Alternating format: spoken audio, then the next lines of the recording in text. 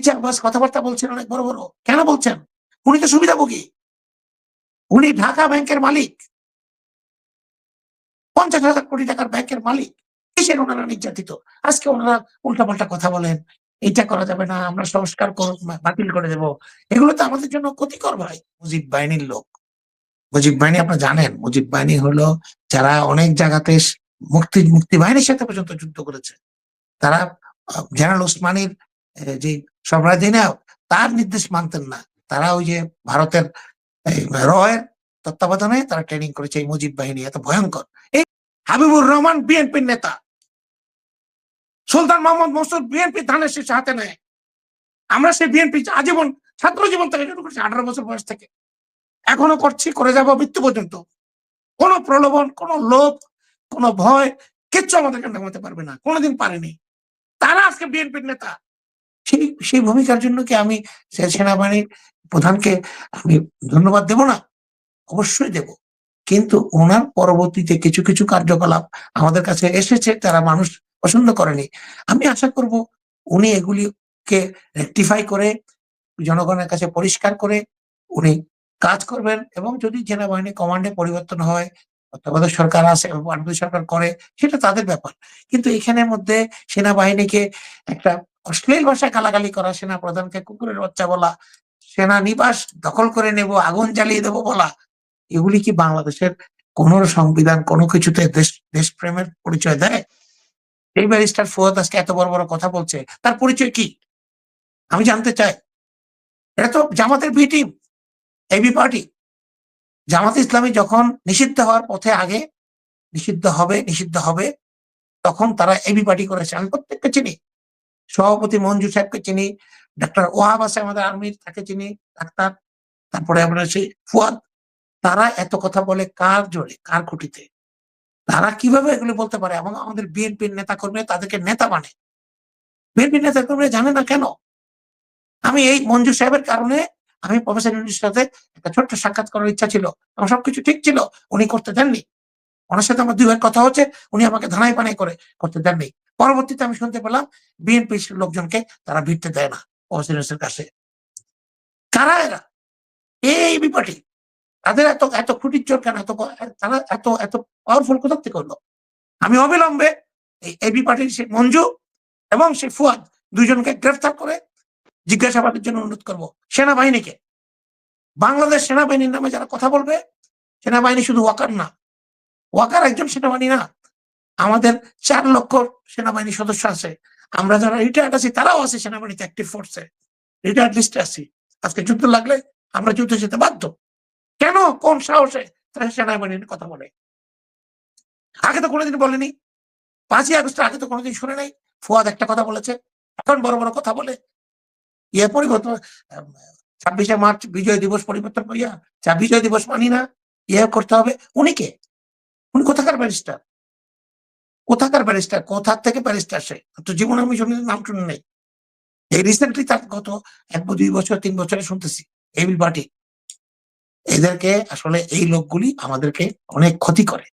আমাদের বড় বড় দল যে বিএনপির আজকে যে পরিণতি, আজকে যে আওয়ামী লীগ বিএনপি ট্যাগ হচ্ছে, ট্যাগ এরা দিচ্ছে, ছাত্ররা দিচ্ছে, যে আওয়ামী লীগ সেনাপ্রধান, আওয়ামী লীগ আর বিএনপি, এদের কারণে শেখ হাসিনাকে নিষিদ্ধ করে যাচ্ছে না, আওয়ামী লীগকে নিষিদ্ধ করে যাচ্ছে না। কেন আজকে বিএনপি এর ট্যাগের ভাগিদার হবে? আমরা গত ১৫ বছরে নিদারুণ কষ্ট করেছি। আমাদের হাজার হাজার নেতাকর্মী গুম হয়ে গেছে, খুন হয়ে গেছে। আজকে আমার বিএনপির নেতৃত্বের কাছে প্রশ্ন, তার কাছে প্রশ্ন, আপনি দয়া করে এগুলির দিকে নজর দেন। আমরা এই ধরনের মিথ্যা দোষ, মিথ্যা আমাদের ধারে আসুক আমরা চাই না। আওয়ামী লীগের সাথে আমাদের ট্যাগ হবে কেন? এবার আমি শেখ হাসিনা প্রসঙ্গে একটা কথা বলি। এই যে দেখেন, আজকে আমি বলি, আপনি তুলনা করি। এই যে ইসরায়েল, আপনারা জানেন সবাই, ইসরায়েলের নাম শুনেন।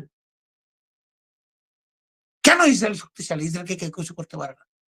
ছোট্ট একটা দেশ ভাই, ১-১.৫ কোটি জনসংখ্যা। তার আশেপাশে ২০-২৫ টা দেশ আছে যারা ইসলামিক দেশ, মানে মুসলিম দেশ এবং শক্তিশালী দেশ, পয়সাওয়ালা দেশ, কিছু করতে পারে না। কেন? কারণ এদের মধ্যে একতা নাই। আজকে বাংলাদেশের অবস্থা তুলনা করেন, আমাদের মধ্যে একতা নাই। আমরা কামড়াকামড়িতে লিপ্ত। এই কারণে হাসিনা চট করে ঢুকে পড়বো ইসরায়েলের মতো। হাসিনা হয়ে গেছে ইসরায়েল, আওয়ামী লীগ, তাকে আমরা নিষিদ্ধ পর্যন্ত করতে পারছি না, নিষিদ্ধ পর্যন্ত করতে পারছি না। কার ইশারা নিষিদ্ধ করতে পারছি না কেন? স্পটে ছাত্রলীগ নিষিদ্ধ হয়ে গেছে, আওয়ামী লীগকে নিষিদ্ধ করে দেন। দেন যদি কেউ বাধা দেয় যে আওয়ামী লীগকে নিষিদ্ধ করা যাবে না, তাদেরকেও নিষিদ্ধ করেন। মির্জা ফখরুল যদি বলে থাকে আওয়ামী লীগকে নিষিদ্ধ করা যাবে না, প্রফেসর ইউনূস যদি বলে থাকে আওয়ামী লীগের নিষিদ্ধ করার কোনো প্ল্যান আমাদের নাই, professor Yunus has to go to. কে বলেছে তারা একেবারে কোরআনের বাণী থাকতেই হবে। বাংলাদেশের জনগণের আকাঙ্ক্ষার বিরুদ্ধে যারা যাবে, আমিও যদি যাই আমাকেও নিষিদ্ধ করেন, আমাকেও টকশপ থেকে আপনি বহিষ্কার করে দেন। নেন না যে বাংলাদেশের জনগণের বিরুদ্ধে কথা বলে এলো। তো আজকে কেন শেখ হাসিনা শক্তিশালী হয়ে যাচ্ছে ভারতের তত্ত্বাবধানে? আমরা একতাবদ্ধ হতে পারছি না। প্রত্যেকটা জায়গাতে দেখছি প্রত্যেকটা দলের মধ্যে প্রবলেম। জামাত ইসলামী ভারত বিরোধী কথা বলে না, ওই সেনা বিরোধী কথা বলে না, চুপ করে আছে, তাদের বি টিমকে দিয়ে বলাচ্ছে, দুই সাইডে রাখতেছে। বি টিম এবি পার্টি এখন বিরাট ক্ষমতাশালী, তারা এগুলো বলে, তারা বলে বলে মানুষকে উস্কায়, জনসাধারণ উস্কায়। ছাত্রদের ব্যাপারে আমি দুইটা কথা বলি। এই যে হাসনাত সাজিস, তাদেরকে আমি মনে প্রাণে তাদেরকে আমি ভালোবাসি। তারা যে কাজটা করেছে, তারা যেই সময় যেই জায়গায় ছিল, তারা আমাদের অবশ্যই প্রশংসার যোগ্য। কিন্তু পরবর্তীতে কথাবার্তা, তাদের ব্যাপারে বেশ কিছু অভিযোগ, এগুলো খতিয়ে দেখা দরকার। তারা কয়েকশো কোটি টাকা নিয়ে নিয়েছে, তারা বাজারও ছাড়া চলে না। আমি তাদেরকে অনুরোধ করব, তোমরা আমার সন্তানের মতো, তোমরা এগুলি একটু খেয়াল করো। বাংলাদেশের জনগণ আর কতদিন অপেক্ষা করবে? সেই জিয়া রহমানের মতো নেতাও আমাদের আসে না, মৌলানা ভাসানীর মতো নেতাও আসে না। আর আমরা অপেক্ষা করতে করতে আমাদের দেশ নায়ক তারেক রহমান চেষ্টা করছে, কিন্তু বাংলাদেশে যারা আছে বিএনপির, তাদের ষড়যন্ত্রের কারণে, তাদের কথাবার্তার কারণে আমরা পিছিয়ে যাচ্ছি। মির্জা আব্বাস কথাবার্তা বলছেন অনেক বড় বড়, কেন বলছেন? উনি তো সুবিধাভোগী, উনি ঢাকা ব্যাংকের মালিক, 50,000 কোটি টাকার ব্যাংকের মালিক। কিসের ওনারা নির্যাতিত? আজকে ওনারা উল্টাপাল্টা কথা বলেন, এটা করা যাবে না, আমরা সংস্কার বাতিল করে দেব। এগুলো তো আমাদের জন্য ক্ষতিকর ভাই। সংস্কার বাতিল করে দেবেন এটা বলেন কেন? প্ল্যান রাখেন, যখন সময় আসবে তখন করবেন। আমরা আর এই ধরনের কথা শুনতে চাই না। এই গুজবগুলো আমাদের কারণে আসে। আমাদের মধ্যে মিল নাই। বিএনপি জামাতের মধ্যে মিল থাকতো, ছাত্রদের সাথে ভালো একটা সম্পর্ক থাকতো, ৩ টা গ্রুপ আর তত্ত্বাবধায়ক সরকার। এর মধ্যে কথা থাকলে কি কারণে এগুলা শেখ হাসিনা ঢুকে পড়বে, কলকাতায় এসে গেছে, ঢুকে যাচ্ছে, এসব কথাবার্তা বলার সাহস কিভাবে পায়? কারণ আমাদের মধ্যে মিল নাই, আমাদের মধ্যে একতা নাই। এই কারণেই সুযোগ পাচ্ছে। এখনো সময় আছে, সবাই এক জায়গায় আসে।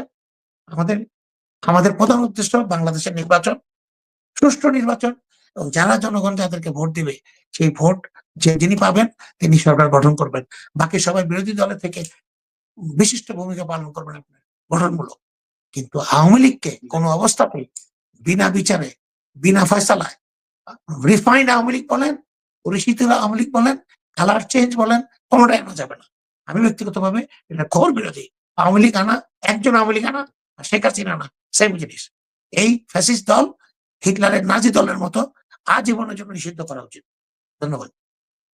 জি, ধন্যবাদ। রাজু ভাই, আপনার বক্তব্যে ফজলুর রহমান সাহেবের একটা বিষয় নিয়ে বলেছিলেন, নির্বাচন নিয়ে গত কয়েকদিন ধরে ওনার বিভিন্ন ধরনের বক্তব্য আসতেছিল, সরকারের কাছে দ্রুত নির্বাচন চাচ্ছেন, নির্বাচন নিয়ে যেন তালবাহানা না হয়। আজকে ইনকিলাবে ওনার একটা ইন্টারভিউ দেখলাম, যেখানে তিনি বলেছেন ডক্টর মোহাম্মদ ইউনূসের অধীনে বাংলাদেশে কোনো নির্বাচনই হবে না।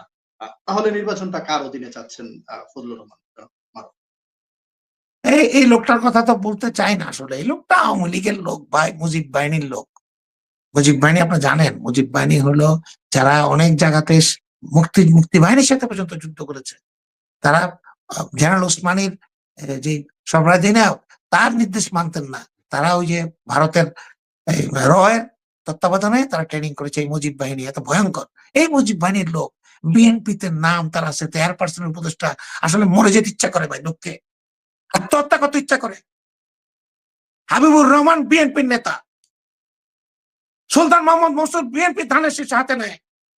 আমরা সেই বিএনপি আজীবন ছাত্র জীবন থেকে শুরু করছি, 18 বছর বয়স থেকে এখনো করছি, করে যাবো মৃত্যু পর্যন্ত। কোন প্রলোভন, কোন লোভ, কোন ভয় কিচ্ছু আমাদেরকে নামাতে পারবে না, কোনোদিন পারেনি। তারা আজকে বিএনপির নেতা, তাদেরকে বিভিন্ন জায়গাতে টক শোতে নিয়ে যায় বিএনপির বক্তব্য দেয়, এর থেকে দুঃখজনক, এর চেয়ে কষ্টকর আর কি হতে পারে এই বয়সে আমাদের জন্য ভাই? এগুলোর থেকে আমি দ্রুত পরিত্রাণ চাই। ফজলুর রহমানদেরকে দলে কোনো প্রয়োজন নাই। গোলাম মোল্লা রনি বিএনপির নেতা, কোন হিসাবে বিএনপির নেতা হয় উনি ভাই? শেখ হাসিনার অত্যন্ত ঘনিষ্ঠ। শেখ হাসিনা তাকে বহিষ্কার নাটক করে বিএনপিতে ঢুকিয়েছে। যাও তুমি বিএনপিতে ঢুকো, ওখান থেকে সব খবর আমাকে দিবা। এরা তো বোকা, এরা তোমাকে নিয়ে নাচবে। হয়েছে তো তাই। এরপর আমাদের লজ্জা হয় না, শিক্ষা হয় না ভাই। আর কি বলবো? এগুলো বললে মনে কষ্ট লাগে রোজার মাসে, রোজা হালকা হয়ে